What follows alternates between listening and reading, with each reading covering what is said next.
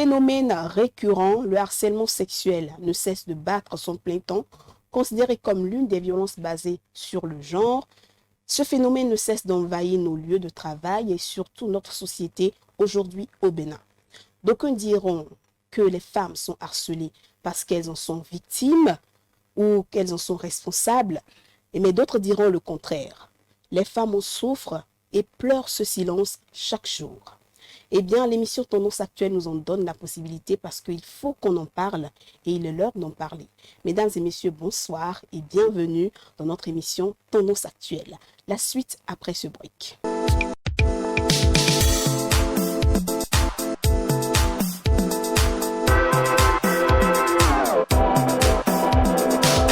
Mesdames et messieurs, bonsoir, fidèles amis téléspectateurs de Prime News TV Bénin. Bienvenue dans notre émission qui s'occupe et s'intéresse de l'actualité de la jeunesse. Aujourd'hui, comme je le disais à l'entame, nous parlerons du harcèlement sexuel, surtout en milieu professionnel. Plusieurs femmes en souffrent et pleurent en silence ce traumatisme. Et vraiment, comme je le disais, il faut qu'on en parle. Aujourd'hui, je suis sur ce plateau avec deux charmants invités, une dame et un homme, avec lesquels je traiterai de cette thématique.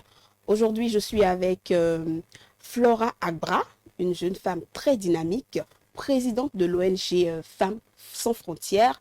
Elle est la représentante de la gente féminine ici. Flora Agbra, bonsoir. Bonsoir. Bienvenue dans nos locaux. Merci beaucoup. Oui. Alors, de l'autre côté, monsieur Emmanuel Loconon, journaliste et spécialiste des questions relatives aux faits de société. Emmanuel Loconon, bonsoir. Bonsoir. Alors, le décor est planté. Je commence par vous, monsieur Emmanuel. Comment pouvez-vous définir le harcèlement sexuel en milieu professionnel? Le harcèlement sexuel en milieu professionnel a plusieurs définitions. Mais la définition qui me semble la mieux élaborée, c'est celle donnée par la loi, par le législateur béninois. Alors, c'est le fait, en réalité, pour quelqu'un d'exercer des pressions sur un autre, généralement la femme au sein de l'entreprise, pour avoir des faveurs. Et très souvent, ce sont des faveurs sexuelles. Et donc, c'est pour cela qu'on parle de harcèlement sexuel. Alors, au Bénin, 3 femmes sur 5 sont victimes de ce phénomène du harcèlement sexuel. Alors, pourquoi? Quelles sont les conséquences? Comment ça se manifeste? Certainement qu'on aura le temps de développer tout à l'heure. Oui, justement. Alors, je viens à vous, monsieur et madame Flora. Dites-moi, pour vous, qu'est-ce que le harcèlement sexuel en milieu professionnel? Merci beaucoup, madame la journaliste. Pour moi, le harcèlement sexuel est le fait de tourmenter, d'importuner ou d'agacer son semblable, de s'opposer à accepter ses avances tout en lui mettant une forte pression. D'accord. Alors pour vous, quelles sont les réelles causes du harcèlement sexuel en milieu professionnel? Les réelles causes, elles sont énormes si je peux parler en ces termes. Il faut d'abord dire que le harcèlement sexuel résulte de notre société, qui fait que, résulte de notre société, avant tout, le système inégalitaire Oui. Dans lequel nous vivons. Oui. Le modèle patriarcal que notre société fait place généralement aux femmes montre que les femmes sont souvent sous la domination des hommes, sous leur autorité. Ce qui fait tout de suite que les femmes sont les premières personnes, les premières victimes du harcèlement. Il faut notifier également qu'il y a l'ego de ces hommes qui veut tout de suite avoir toutes les femmes dans leur lit. Donc, il y a plusieurs causes qu'on ne peut finir de numérer ici. D'accord. Alors, monsieur Emmanuel, à vous la question. Quelles sont les réelles causes du harcèlement sexuel en milieu professionnel au Bénin? Il y a plusieurs causes, comme l'a dit Flora. Parmi les causes, il y a des spécialistes de la question qui accentuent le harcèlement sur l'homme qui, en réalité, est pris comme le premier responsable quand on parle du harcèlement sexuel. La première cause que les spécialistes évoquent, c'est l'impuissance si je parle d'impuissance, c'est au niveau de l'homme. L'homme se sentant impuissant au niveau donc du cadre administratif, voudrait en réalité exprimer sa masculinité. Et dans cette expression de masculinité, il est appelé, bien il est porté parfois à commettre des actes qui sont préjudiciables à la femme. Donc il y a également pas l'expression de la volonté d'exprimer sa puissance sur la femme. Il y a également ces hommes qui sont pervers naturellement. La perversité passe pas parce qu'ils assièlent la femme, pas parce que c'est, je dirais même c'est parce qu'ils veulent juste extérioriser leur envie de dominer, juste faire souffrir la femme. D'accord. C'est ça, la perversité dont je parle. Alors, le troisième aspect dont parlent les spécialistes, c'est l'addition. Il y a des hommes qui sont naturellement, qui aiment naturellement le sexe. Et lorsque nous parlons de harcèlement qui est orienté vers le sexe, c'est parce que les hommes dans l'environnement là voudraient, dans cette addition donc du sexe, se servir de la femme comme objet pour pouvoir satisfaire leurs besoins sexuels. Donc, il y a plusieurs causes. Maintenant, il y a des gens qui vont, d'une manière ou d'une autre, tenir responsable la femme et pour dire, bon, sa manière de s'habiller, par exemple, au sein de l'entreprise, ça pourrait favoriser d'une manière ou d'une autre le harcèlement exercé par elle, sur elle par les hommes. Donc, il y a bien évidemment cet aspect-là. Et les gens, en évoquant cet aspect, ont raison en réalité. Ah bon, donc vous êtes d'accord avec eux? Non, vous non, êtes d'accord? je ne suis pas complètement d'accord. Mais quasiment. Je me dis, il y a cet élément-là qu'il ne faut pas omettre quand on parle de harcèlement. Tous les hommes, pratiquement, on est attiré par le physique, on est attiré par ce qu'on voit, le beau. Et donc, s'il y a déjà dans le style vestimentaire de la femme, un élément accrocheur des parties intimes ou sensibles exposées, l'homme aura tendance à aller vers cet élément-là. Donc, si ce n'est pas tous les hommes en fait, si l'homme a l'éducation qu'il faut et qu'il se respecte convenablement, même si la femme s'habille n'importe comment, ce n'est pas une raison en réalité pour... Alors, donc je pense bien que il faut miser plutôt sur l'éducation que sur la tenue vestimentaire. Je prends l'exemple d'une banque dans laquelle le dress code est une jupe droite et une chemise manche longue. Mais pourtant, dans nos banques, je dirais, je ne sais pas trop, mais nous observons des cas de harcèlement sexuel. Je prends aussi le cas des structures dans lesquelles il faut s'habiller en veste et tout. Pourtant, il y a le harcèlement sexuel. Là encore, vous allez parler de tenue mal placée? Non, pas du tout. Je ne peux pas parler. C'est pourquoi je dis il y a une question d'éducation. Voilà. Il y a une question de respect de soi. Puisque aucun homme, dans le cadre d'une entreprise qui se respecte, ne peut pas, sous aucun prétexte, harceler une femme. Donc, on résume tout à l'éducation des hommes. À l'éducation, justement. Donc, pas que les femmes sont mal habillées. Non. En milieu professionnel. Il faut forcément que les femmes revoient également ce côté. Mais je prends l'exemple où il y a un dress code. Oui, s'il y a un dress code, ce ne serait pas un dress code très osé. Non, mais même en pantalon et chemise, oui, on le voit. Ça ne peut pas, même s'il y a dress code, ça ne veut pas dire que la femme doit exposer ses parties intimes. Donc, je vous dis que c'est parce que l'homme se sent, appelé, attiré, voilà, par la femme, qu'il est obligé parfois d'aller vers. Mais il y a d'autres femmes qui disent, même si c'est comme ça, et que vous allez vers la femme pour lui faire la cour, et qu'elle refuse, essayez librement de partir. Puisque le harcèlement, qu'est-ce qui caractérise le harcèlement? C'est le caractère répétitif de la chose. Vous allez une première fois, et elle refuse. Vous allez une deuxième fois, il ou elle refuse, puisqu'il y a des hommes également qui sont harcelés. Donc, il ne faut pas continuer, persister Donc, il faut se retirer, puisque D'accord. ça pourrait se retourner contre vous, D'accord. certainement après. Madame Flora, êtes-vous d'accord avec ce qu'il dit, comme quoi les femmes sont en partie responsables du harcèlement? Elles-mêmes, elles causent du harcèlement. Êtes-vous d'accord? Non, je ne suis pas du tout d'accord. Même si je fais partie de cette catégorie de personnes qui voient que les femmes sont souvent harcelées de part de leur accoutrement, mais ce n'est pas une raison fondamentale pour pouvoir harceler les femmes. D'accord. Donc, je ne suis pas du tout d'accord. D'accord. Alors, je précise que je ne suis pas en train de dire que les femmes sont responsables de leur de ce qu'elles subissent au sein de l'entreprise. Elles ne sont pas responsables. Mais j'ai souligné l'aspect là qui, ma foi, paraît quand même capital. C'est vrai, on ne peut pas se baser là-dessus, Oui, mais il faut effectivement. corriger. Il faut D'accord. corriger, Bien améliorer un peu. La C'est ce demande. que je demande. D'accord. Alors, si vous me permettez, Oui. je pense que on a commencé par évoquer tout à l'heure la question des causes.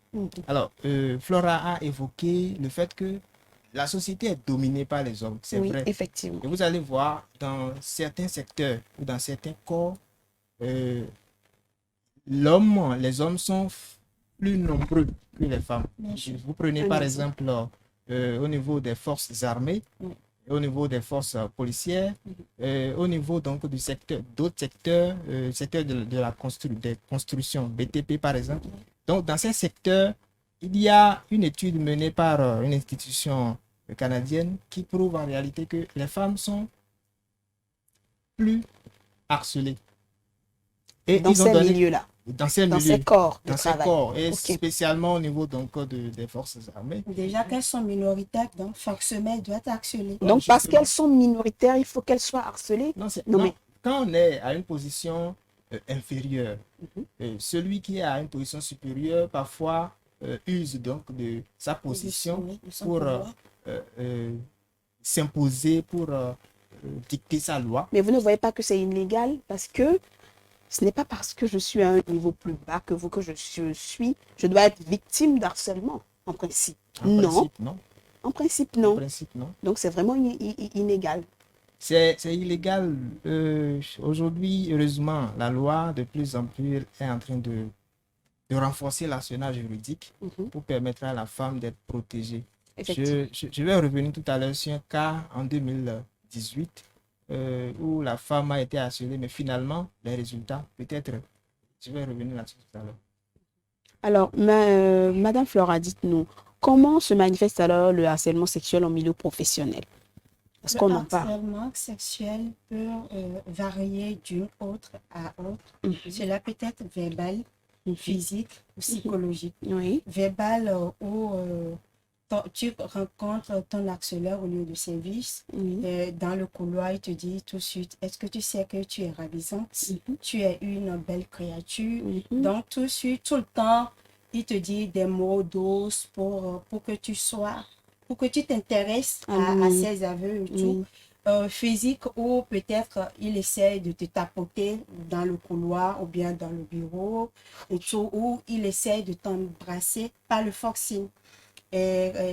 Psychologie où chaque soir il essaie de te bombarder avec les messages, je t'aime, je veux te voir, je veux te faire ci, je veux te faire ça, et du coup tu reviens encore au service le lendemain, tu le croises et tout, donc ça te donne un traumatisme dans la tête. Effectivement. Donc ça peut varier d'une autre à une autre. Ok, tel que vous en parlez, est-ce que vous avez été une fois victime du harcèlement sexuel? Oui, bien Ah, sûr, oh là pas là, une Seigneur. seule fois, Oh. plusieurs fois. Et tout de suite, moi, je dirais que quand je vais à un lieu de service, Oui, la première des choses que je fais, c'est de se familiariser avec tous ceux qui sont là, tous les hommes qui sont là, qui sont peut-être un peu plus âgés que moi. Je les considère comme des grands frères, des aînés. Donc, du coup, je les appelle tout de suite grand frère, fofo, fofo. d'accord. Et les plus âgés, les patrons, hors du service, je les appelle père, père. Donc, c'est déjà une barrière pour qu'ils me fassent des avances après. Mais pourtant, vous avez été victime Oui, malgré bien sûr, cela. mais c'est une stratégie, au fait, pour moi, que je vais dévoiler peut-être à mes consoeurs. Que Oui. souvent, ça marche. bien sûr, même si après ils essaient de te dire, je ne suis pas ton grand frère puisque nous ne sommes pas de la même famille, je ne suis pas ton Effectivement. père, mais j'essaie de les expliquer, justement, je t'appelle grand frère, je t'appelle père parce que tu es en mesure de me conseiller, de m'orienter. Voilà. Du coup, si j'ai un problème, je peux venir vers toi pour D'accord. avoir des conseils et tout. Donc, c'est une limite, une barrière Que- pour que cette personne puisse avoir ses mal intentions après. Ok. Et alors, quand vous avez été victime du harcèlement sexuel dans votre milieu professionnel, comment avez-vous résolu ce problème? Qu'est-ce que vous avez fait? Quelles sont les démarches que vous avez enclenchées pour pouvoir refuser cela et mettre un terme à ce problème? Merci beaucoup. C'est un sujet très délicat. Tout de suite, quand on est harcelé par un homme, Oui. oui, il ne faut pas lui lancer un défi parce que les hommes n'aiment pas du tout le défi Les des défis. hommes. C'est-à-dire, tu vas dire, peut-être lui dire, comment est-ce que toi, tu oses me faire des avances, tu oses te pointer devant moi pour me faire des avances, je peux tout attendre de toi, tout sauf cela. Ils n'aiment pas entendre ça, au fait. Oui. Le mieux, c'est de savoir les côtoyer.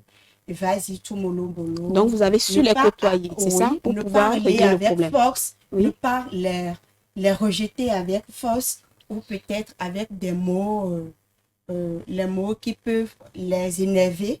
Donc, aller tout mollo, mollo, dire d'accord, j'ai compris, d'accord, j'ai compris, d'accord. Donc, avec le temps, la personne même s'en rend compte que cette dernière n'est pas intéressée par mes avances et tout. Donc, D'accord. il est découragé et il laisse tomber. Donc, c'est de cette façon que vous avez pu mettre une barrière Bien sûr, au harcèlement bien sûr, dont vous avez tout à été fait. victime. Bien sûr. Alors, monsieur Lokonon, je reviens à vous. Avez-vous été une fois témoin oculaire d'un harcèlement sexuel ou est-ce que vous-même, vous avez une fois harcelé une femme?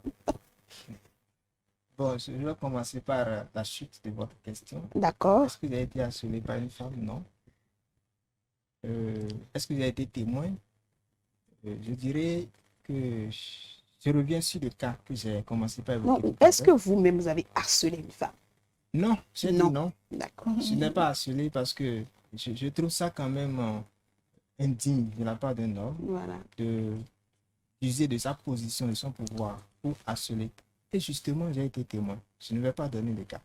Mais je pense que c'est quand même ignoble.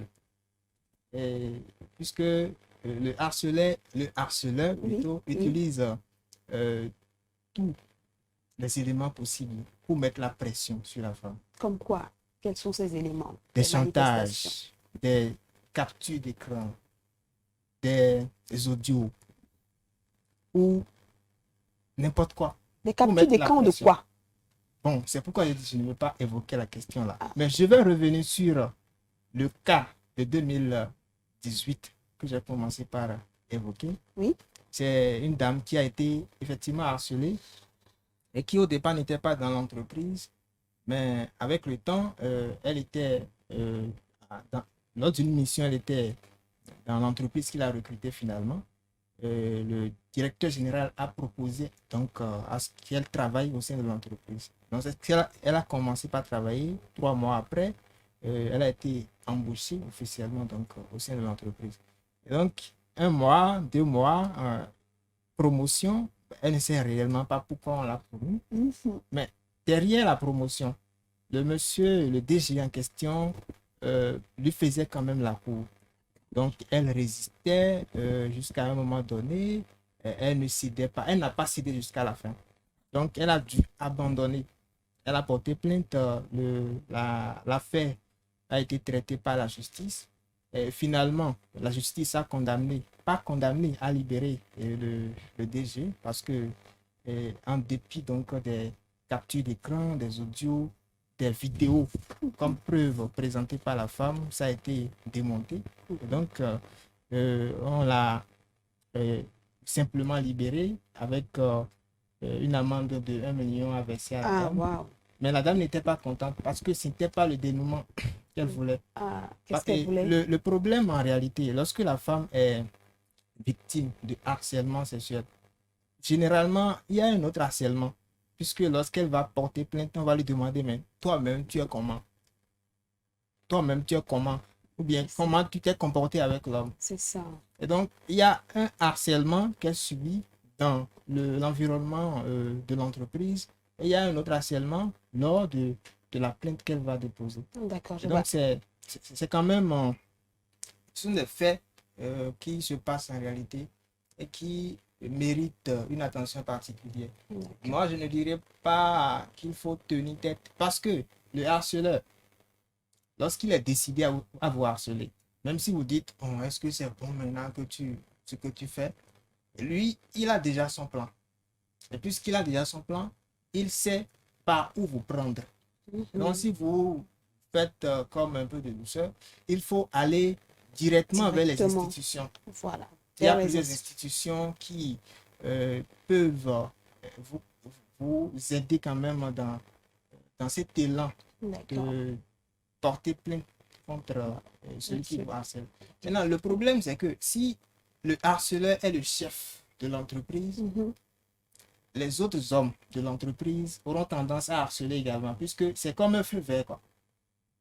Un feu vert donné par le chef de l'entreprise, les autres diront, bon, ça c'est la norme ici.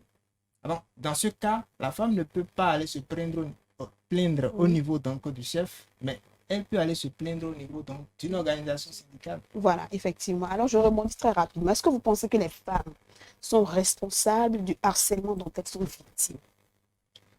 Bon, je pense que tout à l'heure, on a évoqué la question. Oui. Elles ne sont pas forcément responsables de Vous avez dit harcèlement forcément. Donc, dont elles sont victimes, puisque nous avons évoqué entre autres la question d'habillement qu'on Oui. a essayé de relativiser d'une Oui. manière ou d'une autre. Oui. Donc, en principe, elles ne sont pas responsables. Mais En quand principe. cet élément entre entre dans le jeu, donc on peut dire d'une manière ou d'une autre. Il est important d'améliorer cet élément-là pour ne pas donner l'impression que c'est une responsabilité qui incombe à la femme. D'accord. Alors, j'évoquais tout à l'heure, si vous me permettez, Oui, ou bien allez nous très allons rapidement. revenir tout à Non, l'heure vous pouvez sur... finir très rapidement. Alors, j'ai dit, quand la femme se plaint au niveau d'une organisation syndicale Mhm. et ça ne marche pas, il y a également d'autres institutions aujourd'hui. Oui. L'Institut national de la femme qui est créé par le gouvernement, c'est un institut qui a en charge la protection de la femme. Je crois que les femmes qui sont à la tête de cet institut comprendront mieux ce que vivent les femmes. Ouais. Et lorsqu'elles vont saisir cet institut, la question sera davantage mieux traitée. D'accord. La criette ou de répression des infractions économiques et du terrorisme est également dotée donc, de ce pouvoir d'agir. On en revient tout de suite. Alors, Madame Flora, dites-nous, qu'est-ce qui justifie pour vous l'envie chez un homme d'harceler une femme? Est-ce qu'un plaisir sexuel ou une contrainte? Est-ce que parfois vous pensez que les hommes sont contraints de harceler une femme ou c'est juste par plaisir qu'ils le font? Il faut dire que c'est de la perversité. C'est de la perversité, tout simplement. Il y a de ces hommes qui veulent profiter de leur position hiérarchique pour abuser de leur employé. Il faut dire aussi que le harcèlement sexuel ne vient pas que de son supérieur hiérarchique. Ça Oui. peut venir aussi entre collègues. Entre collègues, oui. Entre collègues. Ouais. Donc, tu peux être harcelé par ton collègue de service. Donc, le collègue ou peut-être le patron veut profiter de sa position pour abuser de son employé. D'accord. Donc, ce n'est pas une contrainte ni un plaisir. C'est de la perversité. C'est de la perversité. Alors, Monsieur Lokono, qu'est-ce que vous en dites par rapport à cette question? Perversité, j'en ai évoqué. Perversité, oui, perversité, mais également l'expression de la domination. Puisque en tout ce que nous déplorons en réalité, c'est parce que l'homme veut exprimer une certaine masculinité. Ok, vous l'avez Et dit un c'est peu. une masculinité négative. Très négatif. Parce que si c'était positive, ça allait quand même permettre une sorte d'élévation de la femme au sein de l'entreprise. Donc, Parfois, on résume cela alors à l'expression d'une masculinité négative. négative. D'accord. Et pour vous, quelles sont les conséquences alors de cette masculinité négative chez la femme? Parce qu'on parle d'harcèlement, donc la masculinité négative. Quelles sont les conséquences? Les conséquences sont Oui. énormes. Mhm. Énormes, le rendement que la femme aura Dans le milieu dans le professionnel. milieu professionnel aura un coût, forcément. Voilà. Puisque quand elle est acculée de toutes parts, quand elle subit la pression Oui. de la part donc, de sa hiérarchie, Mhm. elle n'aura pas l'esprit tranquille pour pouvoir faire convenablement le Oui. travail qui lui incombe. D'accord. Donc ça part déjà de là. Et également à la maison, dans Son l'environnement foyer. familial. Et ça aura un coût puisque les hommes vont également, son homme peut également dire à la maison, mais toi aussi, qu'est-ce que tu as fait jusqu'à ce qu'on te harcèle? Il y a des hommes qui peuvent le dire. Oui. Et donc, ces effets sur sa psychologie ne pourront pas lui permettre en réalité de tenir individuellement et de tenir dans le cadre donc, de l'entreprise. D'accord. Donc, les conséquences sont énormes. Mais on peut juste s'en tenir à cela. Justement. D'accord. Oui, Madame Flora, pour vous, quelles sont les conséquences, hormis ce qu'il vient de nous donner? Pour moi, les conséquences sont énormes, Oui. parmi lesquelles je peux énumérer le traumatisme. Oui. La personne qu'on harcèle est traumatisée. Oui. Elle peut être stressée, Oui. le stress, Oui. la dépression, la perte de l'emploi, Mhm. la perte de l'emploi, voire même le suicide. La personne peut décider De se de se suicider. suicider. C'est très grave, cela. Oui. Ouais, Donc, les vraiment grave. conséquences sont énormes. D'accord. Et quelles sont les sanctions que les harceleurs peuvent encourir? Les sanctions sont énormes. Nous avons plusieurs sanctions Oui. évoquées par nos différentes lois au Bénin. D'accord. Nous avons la loi numéro 2006-19 de 5 septembre 2006, loi portant répression du harcèlement sexuel et protection des victimes en République du Du Bénin. Bénin. Wow. On remercie alors le législateur par rapport à cela. Tout à fait. Et alors, pour vous, quelles sont les sanctions que nous pouvons infliger, bien sûr, aux harceleurs? Dans les sanctions, Flora a déjà commencé par évoquer la loi qui c'est pas, dispose donc des sanctions Oui. à infliger au harceleur. Le harceleur doit payer une amende de 100 000 à 1 million. Ça dépend du cas.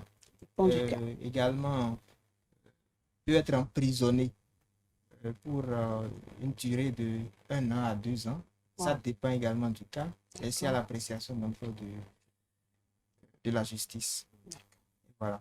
Et alors, quelle appréciation faites-vous de l'état des lieux du harcèlement sexuel au Bénin? Bon, l'état des lieux du harcèlement sexuel, Au Bénin, aujourd'hui. après tout ce qu'on a dit, Voilà. le problème reste intégral.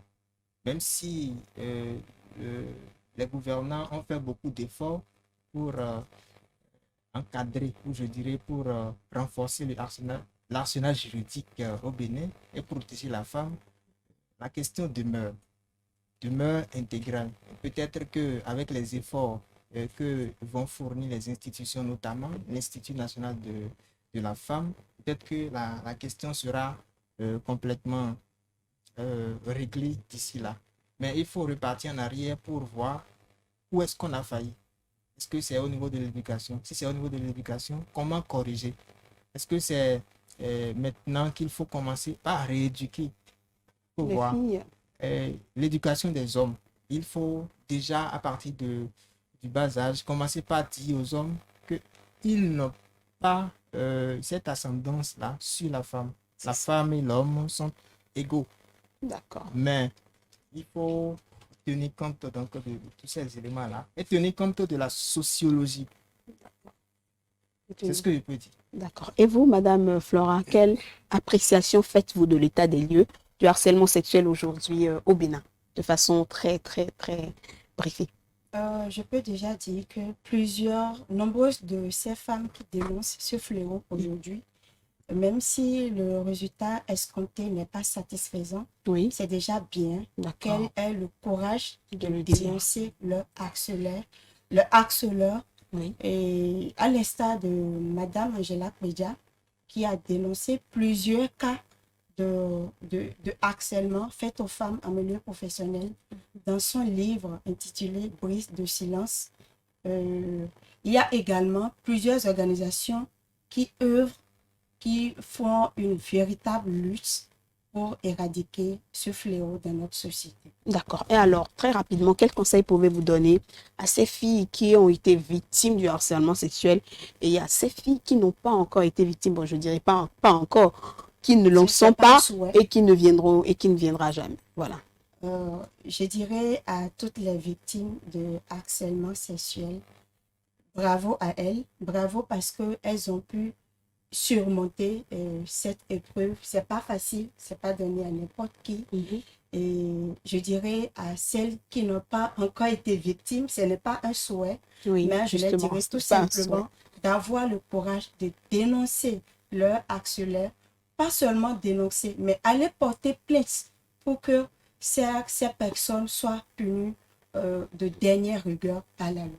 D'accord. Et vous, monsieur Lokonon? Donc, est-ce que je suis suffisamment sage pour donner des conseils? Oui. Est-ce que je pourrais dire déjà pour celles qui n'ont pas été victimes et ceux qui n'ont pas été victimes du harcèlement sexuel, c'est de travailler sur eux-mêmes, puisque l'estime de soi compte également lorsque vous êtes dans le cadre d'une entreprise et que vous manquez de l'estime de soi, vous allez librement vous céder donc au harcèlement sexuel ou bien n'importe quelle forme de harcèlement. Donc, travailler sur eux-mêmes pour parler des hommes et des femmes, pour être des gens courageux et déterminés au sein de l'entreprise et également performants. Puisque si vous avez la compétence qu'il faut, le harceleur, quand il sera en face de vous, il aura peur avant même peut-être d'user de ses forces, de ses pouvoirs pour vous déstabiliser. Alors que si vous avez la force, la compétence, vous allez pouvoir vaincre. D'accord, merci. Et oui, le harcèlement sexuel reste encore une question à débattre et surtout un phénomène à combattre avec beaucoup de force dans notre pays. Merci à nos deux invités qui ont été vraiment là pour décortiquer ce sujet et nous donner leurs différentes opinions. Merci à vous, chers internautes, de nous avoir suivis. On se retrouve très prochainement pour un autre numéro de Tendance Actuelle. Merci.